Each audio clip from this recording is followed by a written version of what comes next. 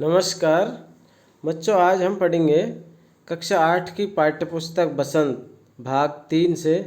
पाठ का नाम है दीवानों की हस्ती। इस कविता के कवि है भगवती चरण वर्मा। भगवती चरण वर्मा का जन्म 30 अगस्त 1903 ईस्वी को हुआ था तथा इनकी मृत्यु 5 अक्टूबर 1981 को हुई थी। दीवानों की हस्ती कविता में कवि ने आज़ादी से पहले की बात बतलाई है। कवि ने उन दीवानों अर्थात उन वीरों का वर्णन किया है जो देश की आज़ादी के लिए अपना सब कुछ लुटाने को तैयार रहते हैं।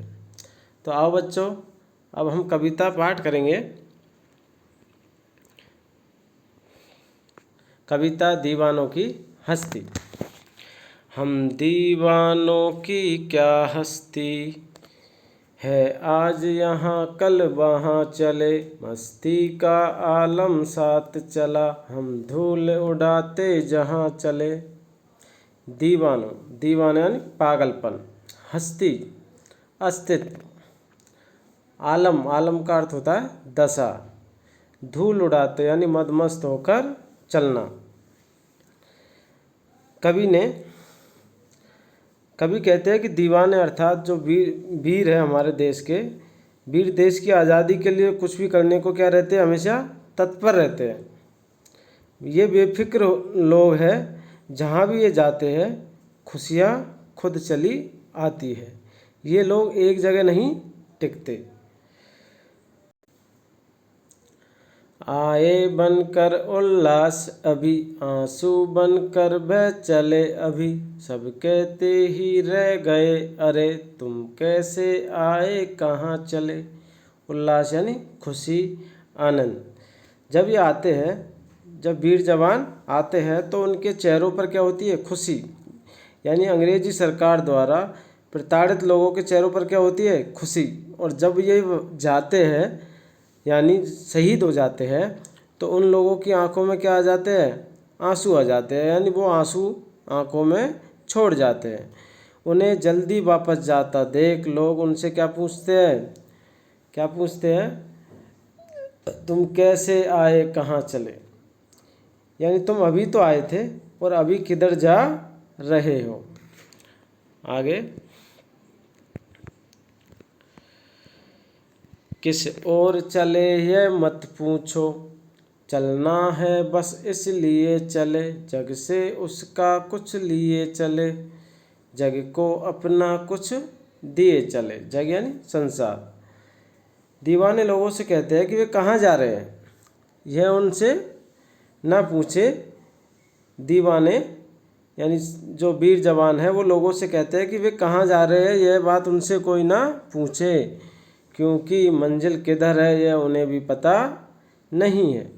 वे मंजिल की ओर चलते जाने को ही अपना क्या समझते हैं, जीवन समझते हैं। वे जग से दुख लेते जा रहे हैं और अपने गुण और खुशियाँ देते जा रहे हैं। दो बात कही दो बात सुनी, कुछ हंसे और फिर कुछ रोए, छक कर सुख दुख के घूंटों को हम एक भाव से पिए चले। छक्कर यानी तृप्त होकर। कवि कहते हैं कि मंजिल के रास्ते में दीवानों ने लोगों पर हो रहे अत्याचारों, उनके विचारों को सुना और कुछ अपने विचारों को भी रखा। यानी दो बात कही दो बात सुनी, यानी अपने विचारों को भी रखा और कुछ सुना। ऐसा कर उन्हें हंसी और दुख दोनों का अनुभव हुआ। कुछ हंसे और फिर कुछ रोए। ऐसा कर उन्हें हंसी और दुख दोनों का अनुभव हुआ। छक्कर सुख दुख के घूंटों को हम एक भाव से पिए चले।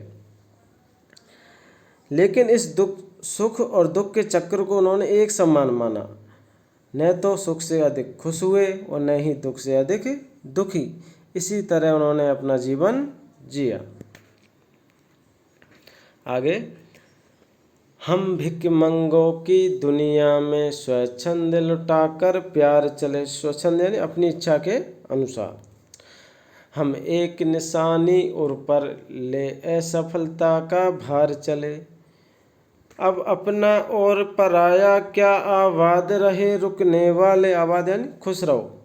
हम स्वयं बंधे थे और स्वयं हम अपने बंधन तोड़ चले। हम भिखमंगों की दुनिया में, दीवान कहता है कि इस भिखमंगों की दुनिया यानी गरीब स्नेह रहित लोगों के लिए अपना प्यार लुटाया, स्वच्छंद लुटा कर प्यार चले। हम एक निशानी उर पर ले असफलता का भार चले। ऐसा करते समय उन्होंने कोई भेदभाव नहीं किया। इन सब के बावजूद वे अपने लक्ष्य यानी आज़ादी से दूर रहे। इस बात का भी भार उन्होंने अपने सिर पर लेकर दुनिया से विदा हुए। अब अपना और पराया क्या, आबाद रहे रुकने वाले। हम स्वयं बंधे थे और स्वयं हम अपने बंधन तोड़ चले। दीवानों के लिए कौन अपना और कौन पराया होता है, वो तो सभी के लिए कार्य करते हैं। वे धर्म जाति को नहीं मानते। यानी जो हमारे वीर जवान हैं, जो देश की रक्षा करते हैं, जिन्होंने हमारे आज़ादी के लिए हमारे देश पर उन्होंने अपनी कुर्बानी दी है, तो वो ये नहीं देखते कि कौन अपना है और कौन पराया है। ना वो किसी धर्म को देखते, ना किसी जाति को देखते, ना अपने को देखते, ना पराये को देखते। वे धर्म जाति को नहीं मानते। उनका लक्ष्य तो केवल क्या है, आज़ादी है। क्या है, आज़ादी है, ताकि सब लोग कैसे रहे, खुशी से रहे। हम स्वयं बंधे थे और स्वयं हम अपने बंधन तोड़ चले। और हंसी से रहने के लिए जो बंधन दीवानों ने बनाए थे, खुशी से रहने के लिए जो बंधन दीवानों ने बनाए थे, जब वह आज़ादी छिनने लगे तब उन्होंने खुद इन बंधनों को भी तोड़ डाला। इस प्रकार कवि ने हमारे देश के उन वीर जवानों को याद कर इस कविता को लिखा, जिन्होंने आज़ादी के लिए अपने प्राण न्यौछावर कर दिए, हंसते हुए खुशी से। ना कभी उन्होंने अपना दुख देखा, ना अपना पराया का भाव रखा, और अपने प्राण आज़ादी के लिए त्याग दिए।